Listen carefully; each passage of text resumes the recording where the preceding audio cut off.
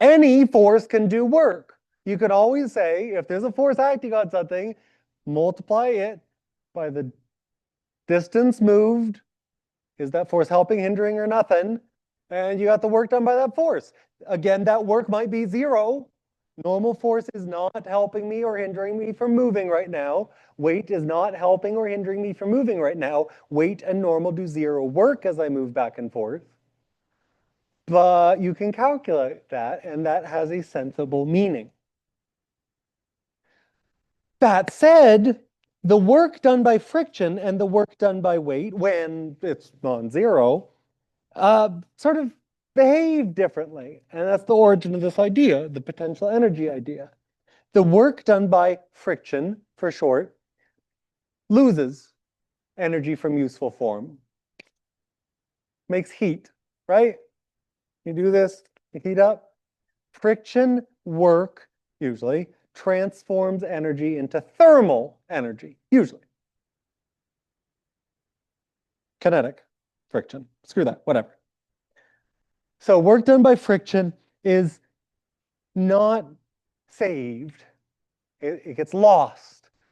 Heat energy, it takes an engine with a boiler to get heat back into useful form. But work done by weight, like we were doing examples on yesterday class on Wednesday, work done by weight can be restored. As an object goes up, gravity subtracts kinetic energy, but then as that object goes back down, you get the same amount of kinetic energy back. Same amount of kinetic energy back. Do you all remember when we were doing kinematics ages and ages ago? If I throw a ball up, when it hits my hand again, is it moving faster, slower, or the same? The same, remember? Same speed, opposite direction. Deja vu? Remember that? Yeah? Okay, so we say the work done by weight force as the object goes up and the work done by weight force, you return all of the kinetic energy you lost. Well, this is the big idea that led to the development of potential energy. Definition time. Vocabulary. A conservative force is a position-dependent force where you get all the energy back. You have no total work done when you return to your original position.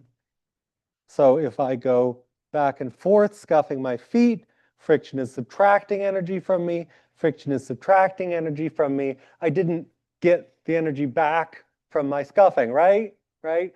The friction backward did not help me move. So there was a total work done as I move back and forth. Moreover, if I go further, I lose more total energy scuffing my feet back and forth. Well, conservative forces have no total work if I get back to my starting point. Do you remember last class when we had the ball reach up to its final same initial, the final height was the same as the initial height? I said the total work done was zero because the change in height was zero. Displacement was zero, right? Okay, so if you return to your original position and the total change, the total work done is zero, that's a conservative force. We'll see next class that springs do the same thing. Non-conservative forces, you'll never believe this, is a force which is not conservative. Big shocker with language there. Like I just defined, conservative force means no net work is done if you come back in a circle. Non-conservative forces say there is work done if it depends on the path taken. If you take a little path, you lose some, not necessarily zero. You take a big path, you lose more. If there's work done and that depends on the path you take, going back to your starting point doesn't necessarily return that energy. Non-conservative. For instance, friction. For instance, drag. For instance, thrust. Thrust from a rocket. For instance, buoyancy returns the energy. Buoyancy is another conservative. We're not going to deal with buoyancy or drag, but you've heard of these things, might as well mention them. all that's set up. Now here's the big, big, big, big slide. As I've been saying, work done by a conservative force, which one's conservative? That gives the energy back. That work can be viewed as stored energy. I call this stored energy potential energy. Why potential? It's kind of a silly name. I think the idea behind it is the energy stored in the position of this eraser right now. This is potentially given to the eraser as it falls. Yep, the initial potential became kinetic. The potential energy of being up came into kinetic form. You have the potential, the possibility of getting another form of energy out. Now, there is a very important thing that if you don't think through carefully, you're going to screw up and die. Not really, but sort of. The problem will die. What happens if I go up? Is work positive or gravity's work positive or negative? If I raise an object up, is gravity doing positive or negative work? Negative. Why? Force down, gravity, force down, displacement up, yeah? As I throw an object up, gravity sucks kinetic energy out. There's a negative work done as it rises. It's slowing down. Duh, right? As an object falls, the exact opposite happens. Work, positive, I should say same direction of work and force and displacement. That force is speeding you up. That force gravity is helping you come down. Positive work, yeah? Okay. Up, negative work, down, positive work. But in potential energy land, up is an increase in potential energy and down is a decrease in potential energy. So the change in energy has the opposite sign, plus or minus, as the work done.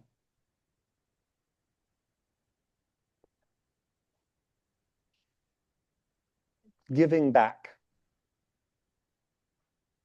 Oh. Other forms, for now, giving back to kinetic is the only form you've got. So, for instance, a classic example, I throw something up. The energy of motion gets slurped out by gravity and then pushed, as gravity pushes it back down, that energy comes back in. I get the same amount of kinetic energy at the beginning and at the end. If I push this way, then push this that way, friction didn't help me on the return path. Yeah. You said non-conservative forces don't get the energy back. Correct. I mean, sort of by definition. Yeah. Shouldn't there work done formula be force at a distance? Oh my God, yes, absolutely, positively. So you can always calculate work done by a force, but there's only a potential energy formula if it's conservative. There is no potential energy for friction. There's potential energy for weight because weight is conservative. Good, good, good, good, good. Okay. I want to hammer on this again because getting the sign wrong screws you up and there's no recovery. But if you think about it, if you internalize the meaning here, if you get a mental picture for it, this is easy.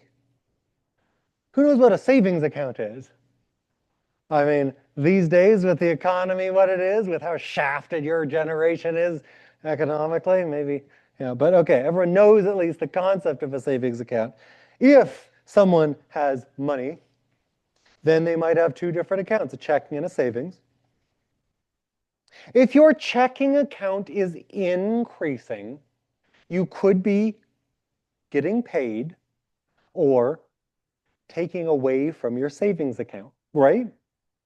Could be transferring from savings to checking. If we just think of just the kinetic energy, just the checking account, you can't tell if you've got a positive work positive paycheck coming in or a decrease in your savings account coming in. It's the same thing from the perspective of the savings account. Kinetic energy. Is gravity doing work or am I losing potential energy? It does the same effect. The only difference is in how we think of it. I personally find it vastly easier to imagine two forms of energy. If there is a height change, then I consider that gravitational potential energy increases or decreases. As I go up, I am losing kinetic energy because I'm storing some in height. As I drop, I have lost potential energy, gravitational potential, and that goes into kinetic or whatever. Savings account is potential. Checking account is kinetic. Work done is a paycheck or payment out of your accounts. Right? Okay. The minus sign. If your bank account, if your paycheck is positive, if your paycheck is positive, a decrease is happening to your savings account. Equivalently, the same thing viewed from a different perspective. Money going into your savings account, checking account, positive money going into your checking account means there is a negative increase, a decrease in your savings. Yeah? If you get that minus sign right, if you think about the meaning, it's easy. Am I gaining or losing potential? Is gravity sucking energy out or giving it back? Flip side of the same coin. So, that said, great. Please think about what I've said. It is, so easy to make a mistake here until you internalize it, in which case it's trivial. You'll never make a mistake. That said, here's an equation. Gravitational potential energy, UG, is mgy. Bam. There is the stored energy of being up. If you are up some distance y above ground, you have that stored energy, mgy. Notice if you're underground, if you're in a well or something, you can have negative potential energy. You can't have negative kinetic, but you can have negative potential. If you go up, if you are increasing your potential energy, is gravity doing positive or negative work on you? Negative work. If you increase potential, that's the same thing as saying that force is doing negative work. If you go down, if you're getting positive work done by gravity, is your potential energy going up or down? Positive work is a decrease in potential energy. We're looking at the flip side of the coin. Whatever you do to potential energy is the opposite sign as what that work is doing. Yeah.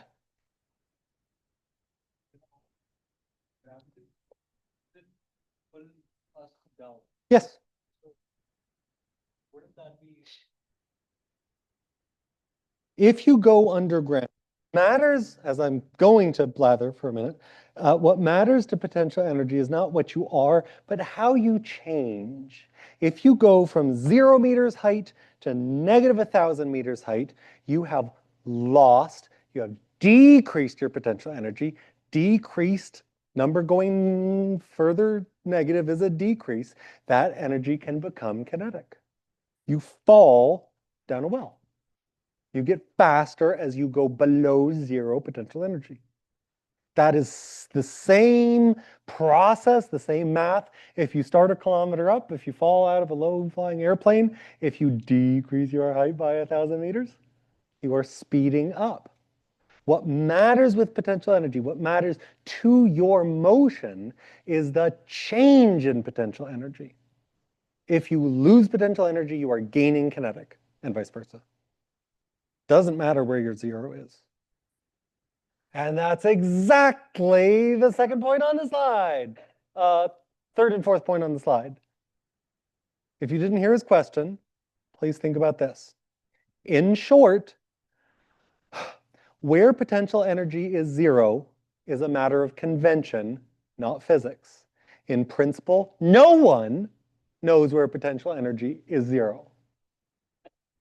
Because absolute zero of potential energy is meaningless in principle.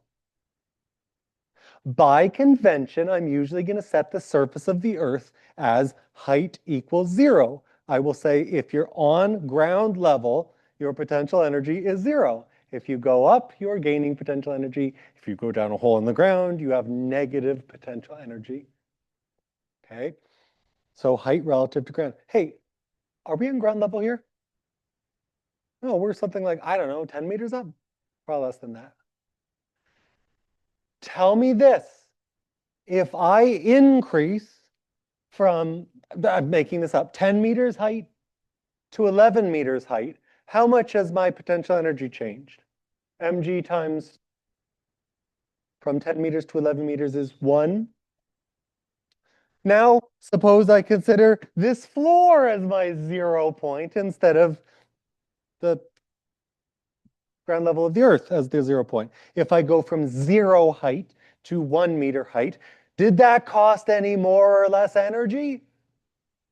The work done was the same. The distance moved is the same. The change in wherever you call initial position, wherever you call the position origin is 0, it doesn't matter. The potential energy changes by the same amount. It is the same amount of difficulty. You would lose the same amount of kinetic energy if it were a thrown object. There's no change in the physics in what happens in anything. As long as you're consistent. If I say initial height is 0, initial height is 0, and then I redefine initial height as 0 on the ground level, if I kick this off over the railing and redefine the final height is also 0, well, that's logically inconsistent. I'll end up with a wrong answer. Once you've defined where y equals 0, where height equals 0, if you stick with that, you're done. You won't screw up. But I do want you to know, and there's a reason why I want you to know. Big reason is next semester, this is going to be very important when you talk about voltage. Any height can be the origin. Very often for a given room, outside, in a building, on a rocket ship, whatever, there will be an obvious 0 height, 0 position, and that's where we'll just say there's 0 potential energy there. I feel okay about the change in not having an absolute 0, but once that's defined, once you say initial ground level or whatever is the 0 point, I could just write mg times where am I? Is that okay? How do you feel about the minus sign? If the work is positive, if the gravity is giving you energy, you must be decreasing your height.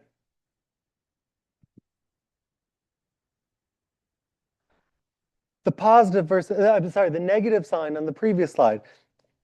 Work done is negative mg delta y. Potential energy is positive mg y. Where'd the minus sign go? You flipped the coin. You looked at it from the opposite perspective, not as an external force, but an internal savings account. There are two big ideas here. The 0 point of potential being unknowable and a matter of reference, a definition, and the difference between work and potential energy being one minus sign. Please turn to your neighbor and discuss this. Ask me a question, and then I want to get a rating before we move on. Take 2.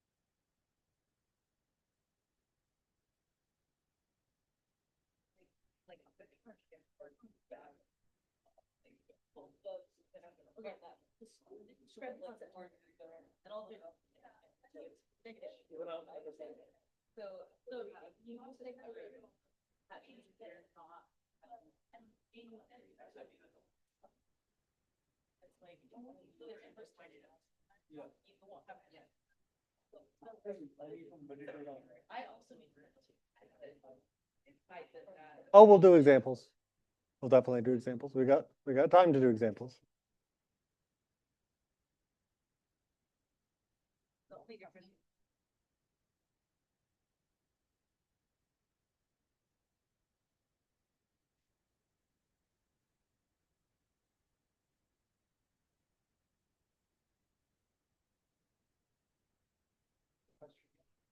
Discuss the big two ideas, the minus sign and the where is potential energy zero, or don't know, wherever you define it to be. Put that in your own words and then ask me a question. Get the first statement saying work done by weight is always negative.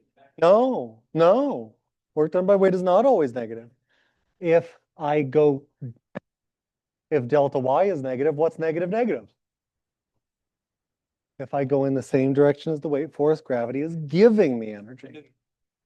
It doesn't matter where I end up, wherever I go down, whenever I go downward, gravity is speeding me up. I don't need to be underground for this to be getting faster as it falls.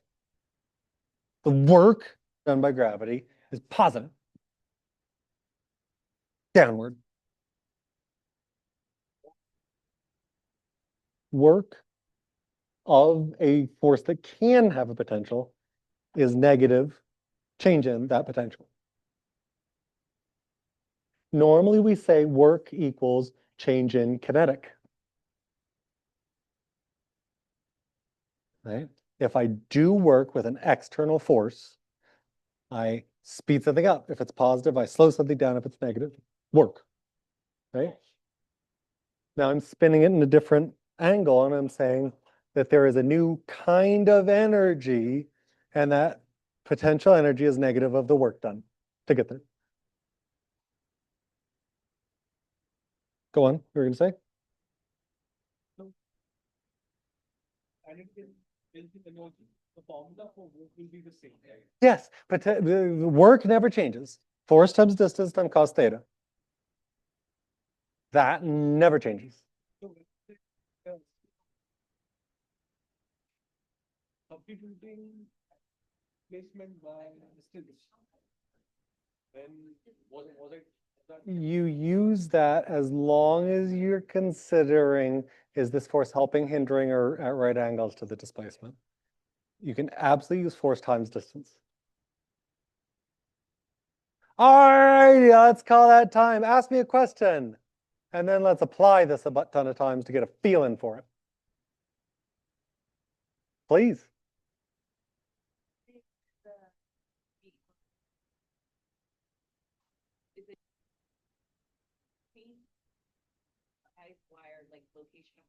Change always means final minus initial, yeah?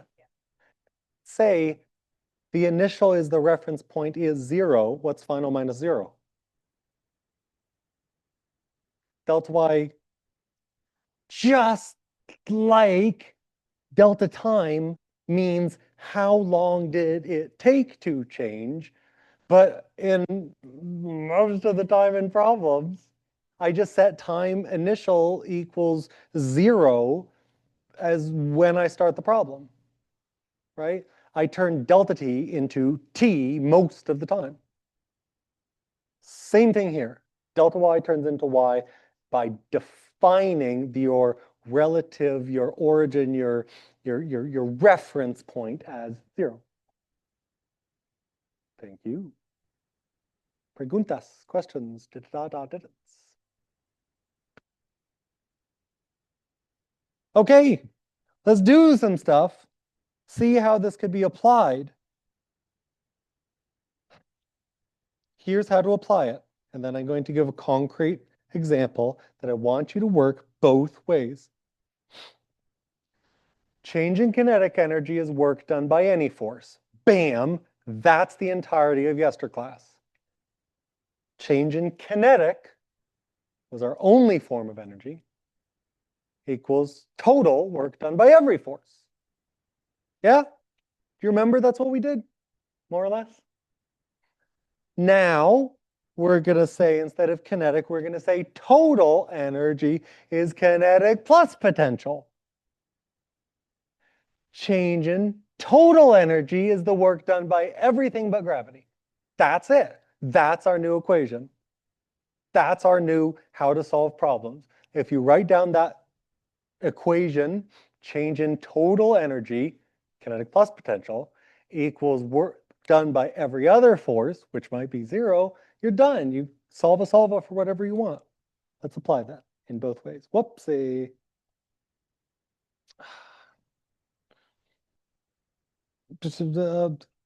Okay.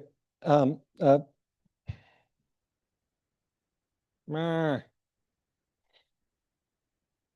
Did we do this specific example before? We didn't. Did we? Did we? No. Okay. So first, please, let's do the old way. Do the old way. It gives the same answer, but I really want you to think about this. Describe this to your classmate as there is an external force that is sucking the energy out, gravity. I want you to calculate the work you must do to counter that out. Okay? Do that first. We'll discuss it, then we'll do it the second way. Where's that go?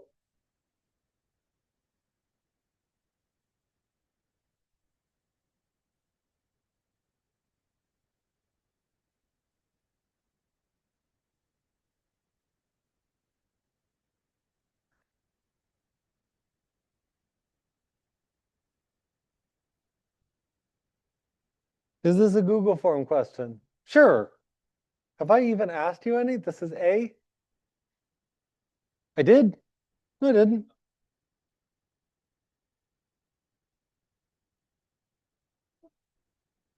A, how much work do you do in lifting the box? But the thinking through the meaning is please more important than anything else.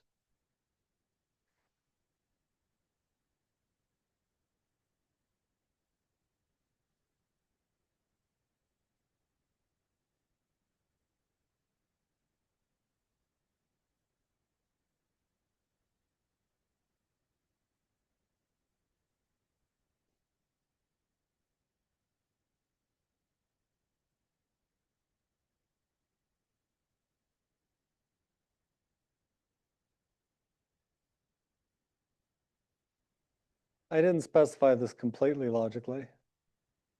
Assume you're lifting at constant speed. Marissa, we're not going to do the second equation first. First, I want you to do second way of thinking about it first. I'll remind you of what I wrote there later. Just focus on one at a piece at a time.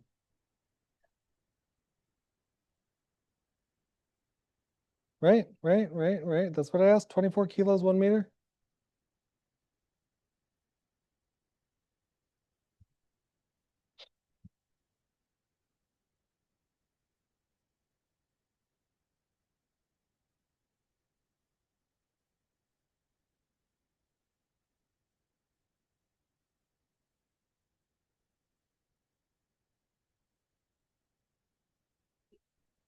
What? U is the letter that we use to represent the quantity, just like X represents position. Joules, work, energy, all forms of energy, J.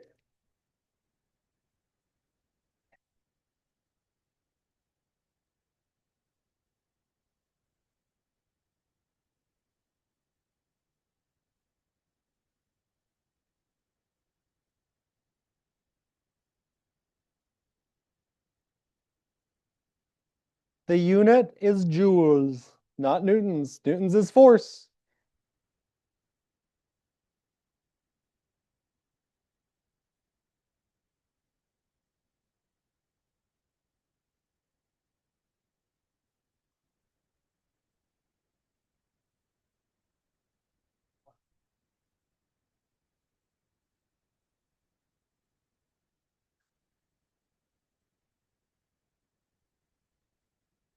Looks like most people are done.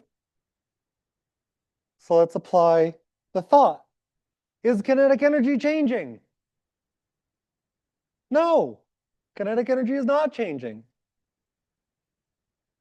No change in kinetic energy. What does work on this? There are dose forces acting on the box. What are they? Work done by weight. Sorry, same letter. And? Anything else? Work done by you. I ask about this. How are you going to find it? Well, I don't know the force that I apply, but I know lots about weight. We've done lots of problems with weight. Let's find the work done by weight. The formula for work done by weight is the magnitude of weight times the distance moved. And let's think about the directions. Is gravity helping or hindering as you lift? Hindering, right? Gravity doesn't help you move up. Positive or negative work. If gravity is sucking energy out of the system, is it adding energy or subtracting energy? Think this through. Is gravity adding or subtracting energy? As you go up, gravity is not helping you. Is that positive or negative? Negative work. Oh, that's ugly. That's.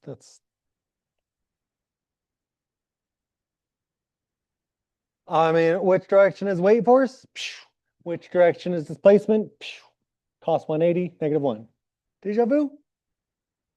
Okay, so I could plug in work done by weight is -24 times screw it 10 times 1 equals -240 joules. Am I done? What did I ask for? The work done by whom? The work you do. And I have this equation. The total work done is equal to the work done by each of the individual forces.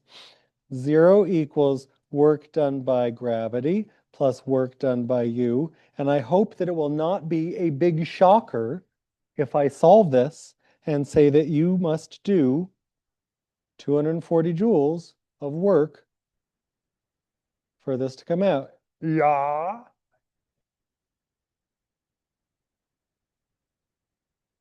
Did you track through the minus signs?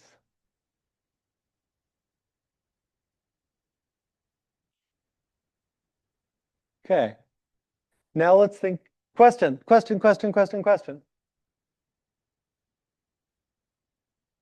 do it again. Now I'm going to say there's a total energy, which, big shocker, I'll call this E, okay? Total energy is E. There are two forms, potential plus kinetic. Total energy can only change if an external force does work. Okay, is good? I want to find the work done by you. Is that external? Yes. So I could say the work done by everything but gravity. Oh my God, that's just your work. Equals the change in the total energy. Change in the total energy. Final minus initial. Final energy minus initial. What form do we start with? What form do we end with? What form of energy do we start with? There might be some kinetic, you're moving. Does that change if you move at a constant speed? If you subtract those off, whatever, or move it slowly, you don't have much kinetic energy at all. I would say that the kinetic energy is ignorable. So the only form of energy that we care about in the total energy equation is potential energy. Final potential minus initial potential.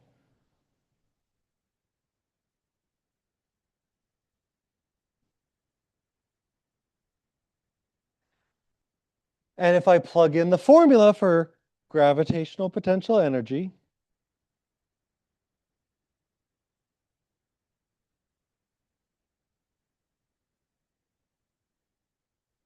Now I know what m and g are. I have to interpret, if I go up by 1 meter, yf and yi are... It doesn't matter what they are. If you know that the change is 1 meter, wherever you set the origin, yf minus yi is the same number, 1 meter. Okay? Right? You could factor out mg and you're left with delta y. For common simplicity's sake, if you lifted the box off the ground, if y initial is 0, we'll often do it this way. If y initial is 0, then you just plug in mg times 1. Mass, 24 kilos.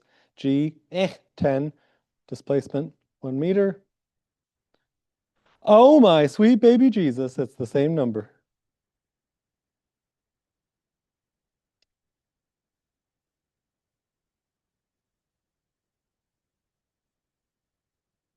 Yep. Okay, now Google Form B. Google Form B. Which do you like better, 1 or 2? Please put the numeral 1 or the numeral 2. Do not spell it out. Do not write an essay. Do not write a word. Just the number 1 or the number 2. If you ignore my instructions, you get 0 participation for today, okay? Google Form B. The number 1 for I like 1 better. The number 2 for I like 2 better.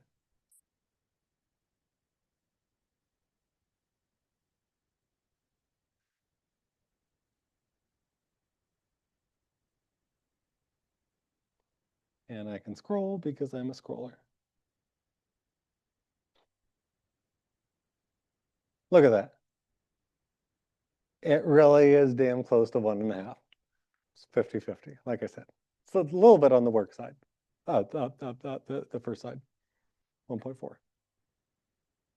Okay, shall we do some more problems? Apply this, get experience with it. Here we go. Suppose you push a box up a ramp. No friction. No friction. Only normal force goes into this. Only your force of your hand. But I don't tell you how high, I don't tell you the distance the box travels, only how high up it gets. If you want the actual displacement to use the work formula, you're going to have to do some trigonometry, like ASP. Who wants trigonometry? Okay, one guy wants trigonometry. You're welcome to do it. You could do it. For you, I will tell you that the normal the force you must exert to do at constant speed is mg, what is it? Mg sine theta, where theta is the ramp angle. Okay, we didn't cover that in this class. Everybody else is forced to do it the second way. What form of energy do we start with? What form of energy do we end with? That's equal to the work done by external. Bing, bang, boom, zum. Here's that go. This is Google Form C.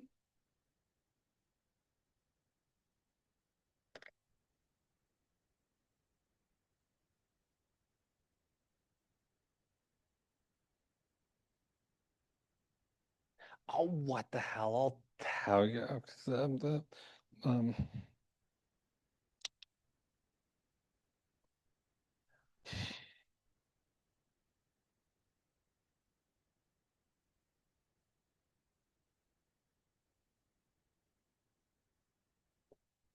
Normal force of person on box. I'll tell you.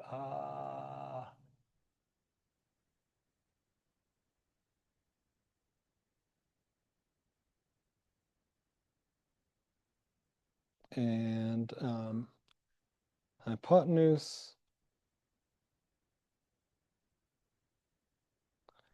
Okay, so for the one guy who likes trig, I just gave the trig out for you. If you want to do it the other way, I'll just tell you without having to work through the trig that the normal force you have to push on a box with to just get it up at constant speed, no acceleration, is 120 newtons. And the distance along the motion, the distance along the force is 2 meters. If you want to do it, the work equals change in kinetic energy. There you go.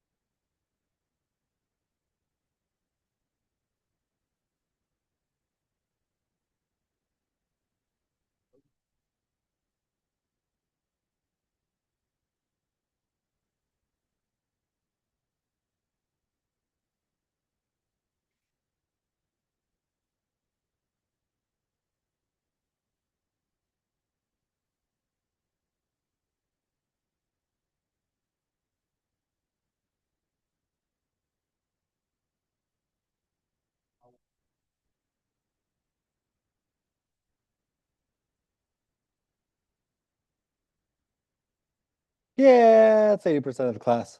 Okay, I did it actually 3 ways. There's 3 ways to do this problem. Question first. Given. If you know trig, you can say opposite equals 1, angle equals 30, hypotenuse is 1 divided by cos, 1 divided by sine. Sorry. If you don't know trig, yeah, that has to be given. Okay, so really 3 ways to do this problem, 3 ways to think about it. First is what I described as our traditional way. Is kinetic energy changing? No. Move at constant speed.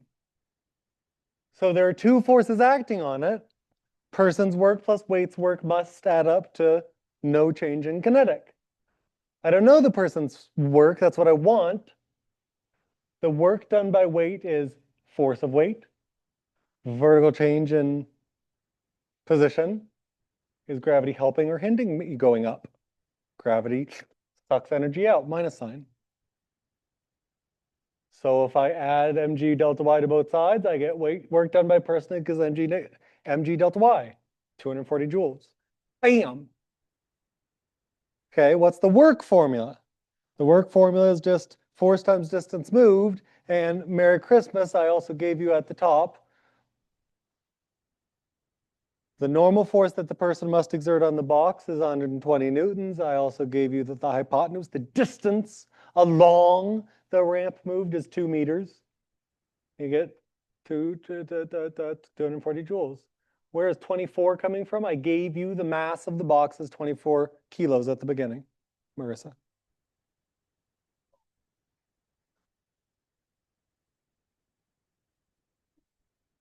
$24 kilos. It's the same box.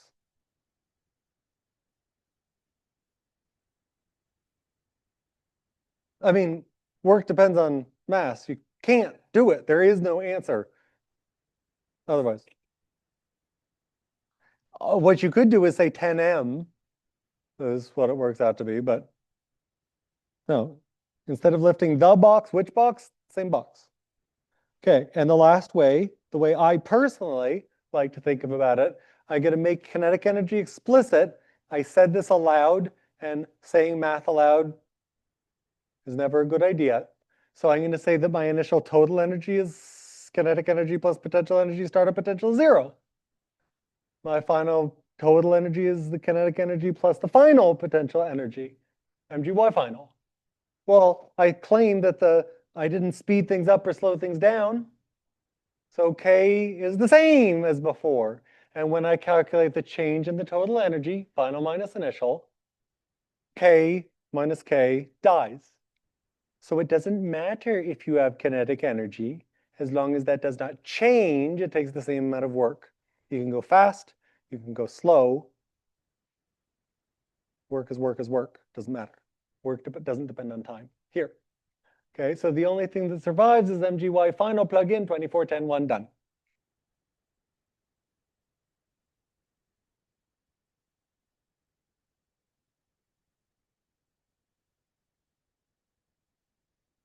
Compare, turn to neighbor, discuss. We're just about done with work for the day. I mean, not your work, work, physics work. Yeah, I did. Sorry. I would definitely figure it out. Yeah, there is no one numerical answer without that. You don't know the weight of the potential energy.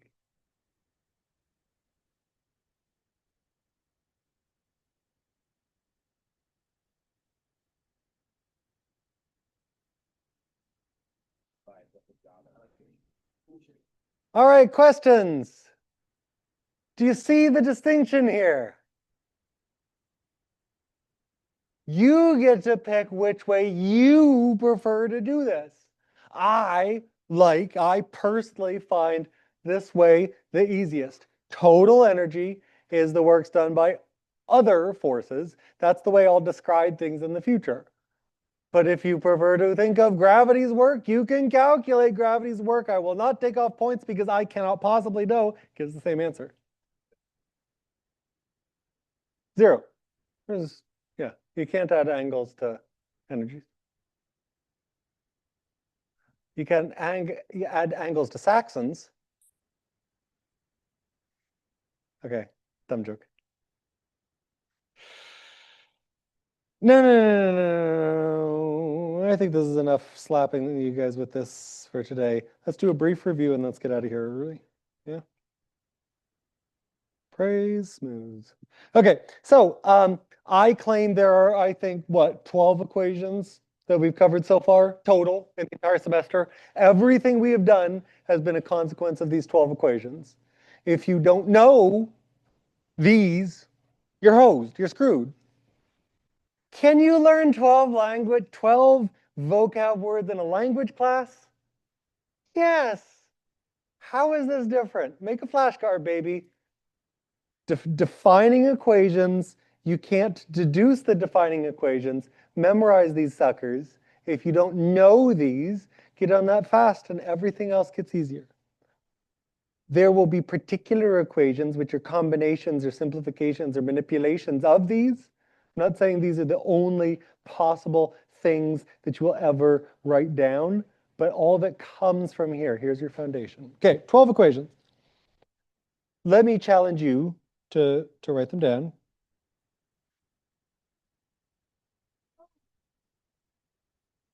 Oh no, you have to practice things. Oh no. But just listening to me say physics at you doesn't do anything for your brain. JK, HIJK, oh, for God's sake.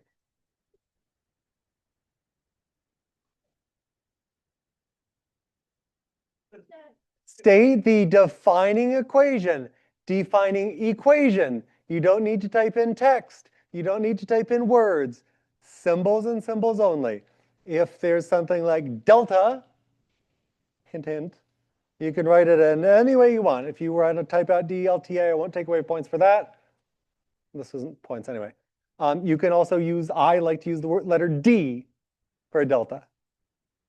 Whatever. Okay, so give the defining equation. No words!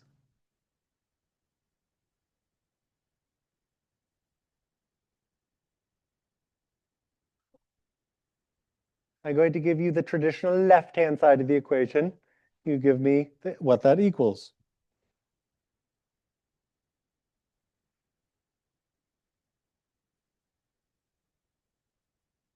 Note that there may be more than one thing equal to A, for instance. I want the thing that I stated when I said the meaning of this is the defining equation, the central thing that is always true, not just sometimes.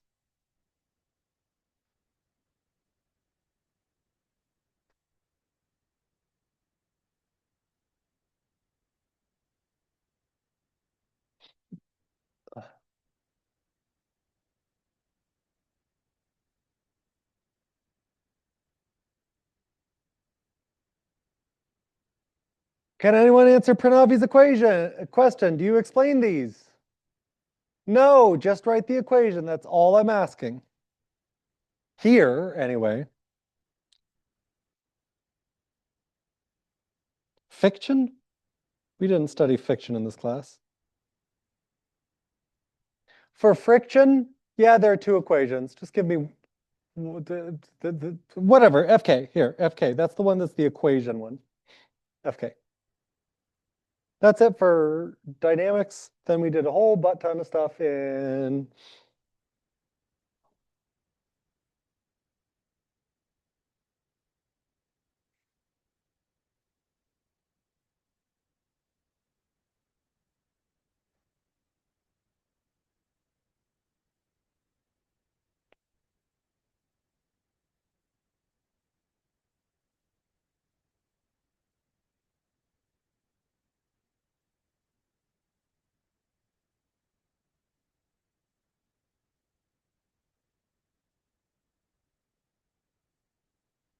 there is an equation which says V equals, and there is an omega on the right side. I call this the tangential velocity in terms of angular velocity. State the linked equation that connects those. This isn't a definition, but it's a central equation.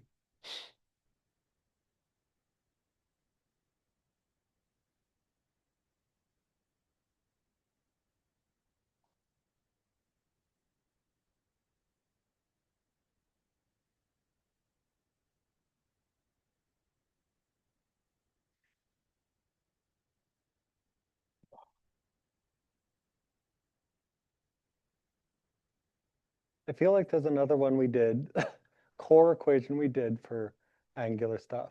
Screw arc length.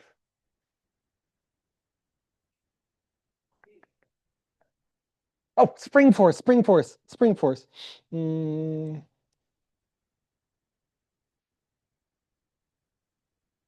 I think I call that FS, right?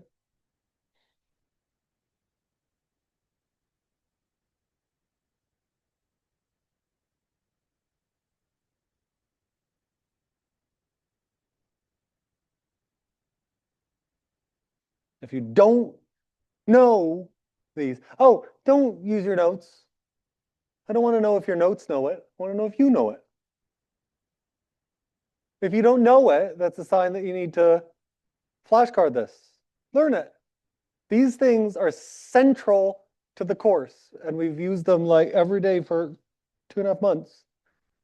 If you haven't internalized that, that's a sign that you're going to do way better on the final if you know these core. Yeah. MU.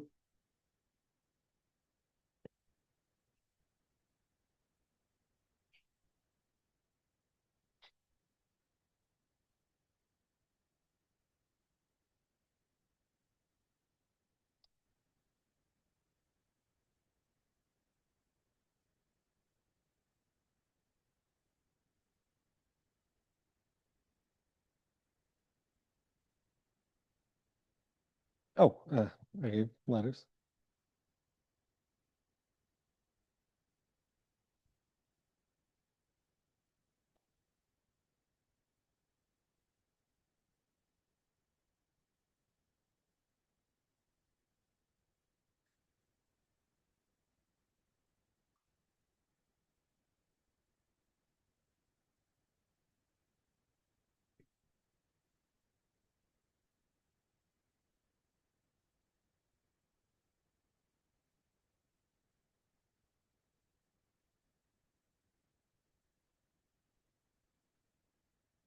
Again, what I'm looking for all these definitions is the thing that this means, the essence of it, not just any old equation that happens to have it on the left side. What's the idea behind it? Oh my God, people writing out whole sentences.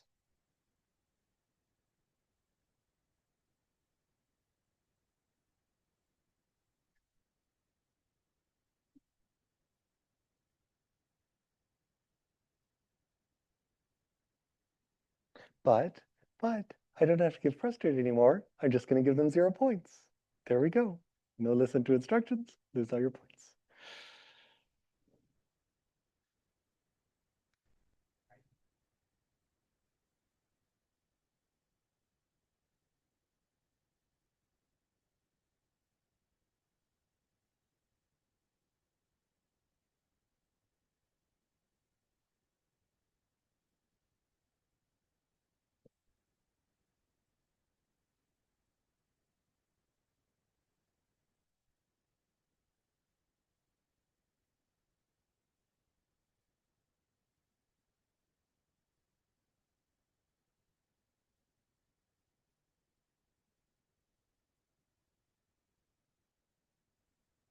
Okay, 2 minutos más.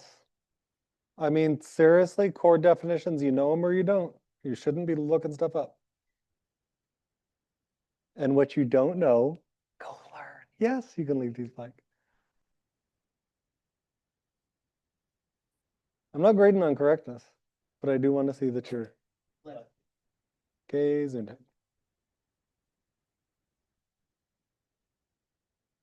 You can just leave a blank.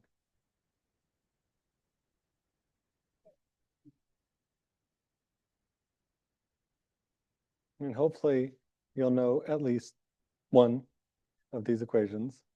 And if you've answered A and B and C, that's over the 10% threshold I said, so no one's gonna trigger the no points unless they ignored instructions. 1 minute.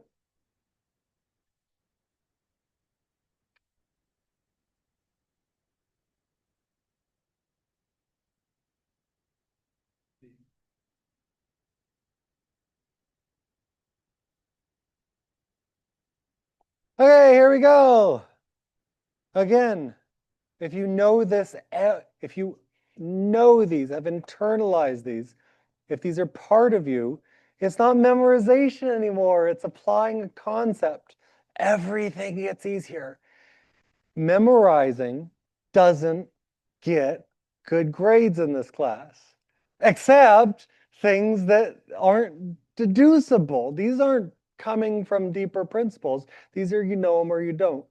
So I don't ask you to memorize OChem, anatomy levels of stuff. Nowhere near. Well, you need 1,200 things for those classes, right? Things that you can't derive, that you just have to store in there. 12 things memorize them now, 4 months ago, and the entire review process gets a lot easier because you'll know the terms.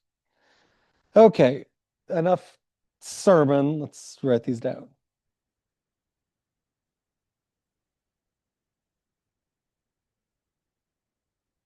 There are multiple notations that will apply. Unless you wrote a sentence out, I'm not going to take off. I'm not going to smack you down.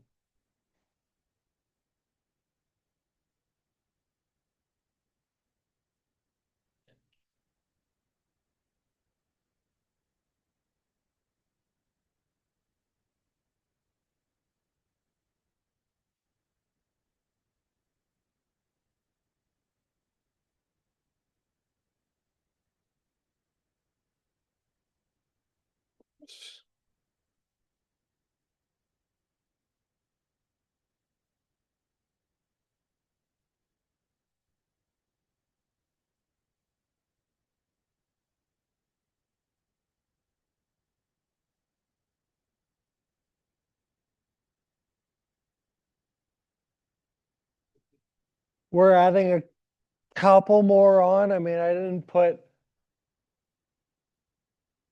gravitational potential, spring potential, but this is what we've done so far. Every damn thing we've done has been a logical consequence of these 12. Start your review here, start your review now. You'll be happier in 3 weeks. No, thank you.